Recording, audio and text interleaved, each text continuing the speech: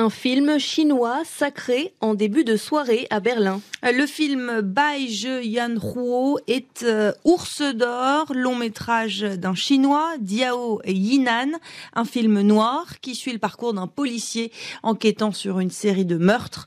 L'acteur principal du film a lui aussi été récompensé pour son interprétation. Et à retenir également ce soir un nouveau record du monde en saut à la perche. Le Français Renaud Lavillenie a passé la barre des 6,16 m. Une seule tentative a suffi.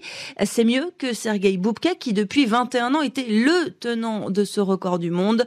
L'Ukrainien était d'ailleurs dans la salle. Il s'est dit très heureux pour le Français. François Hollande, le président de la République, salue lui un exploit historique.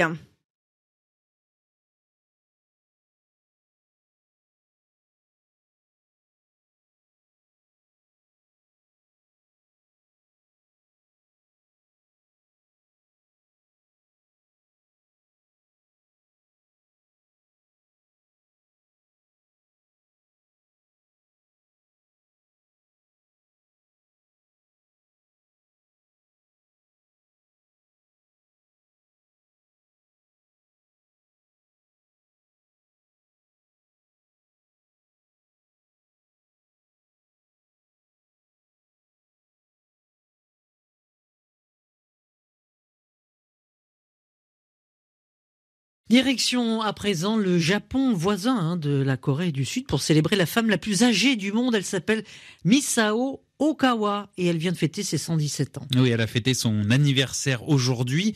Pour l'occasion, elle portait un kimono rose et avait mis une fleur de la même couleur dans ses cheveux. Et elle a reçu la presse ainsi que le maire de la ville d'Osaka où elle réside.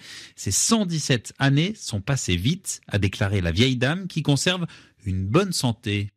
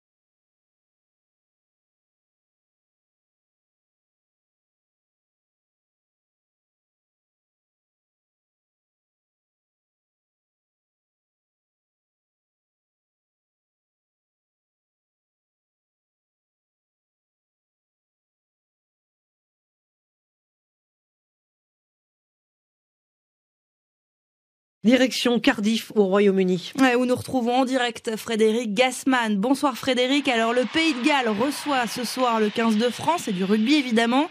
Le match a commencé depuis quelques minutes. On en est où ?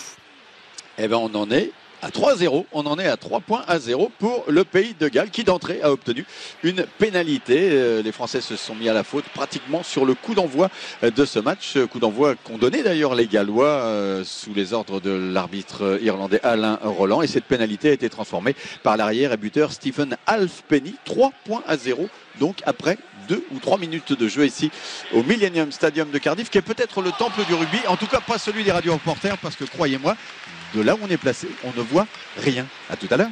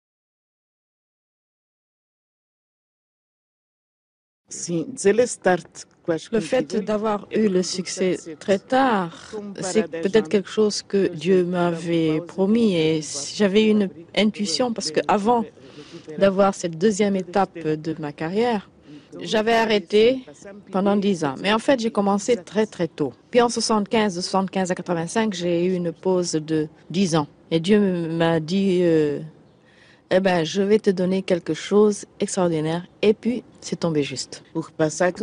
C'est-à-dire que j'ai connu mon actuel producteur en 87 au Portugal.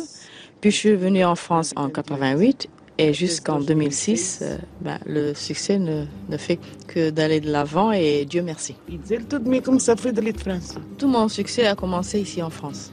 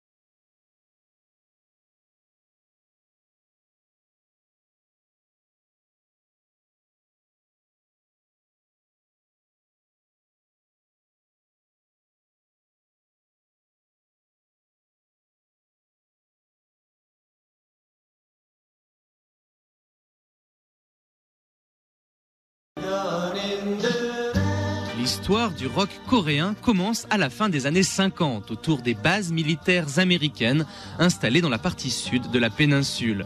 Pour distraire les GI, des groupes de musiciens locaux sont invités à reprendre les tubes rock'n'roll de l'époque.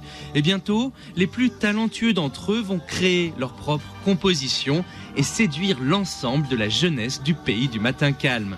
Tels ces Beatles coréens, de leur vrai nom les Key Boys, avec leur titre « Allons à la plage ».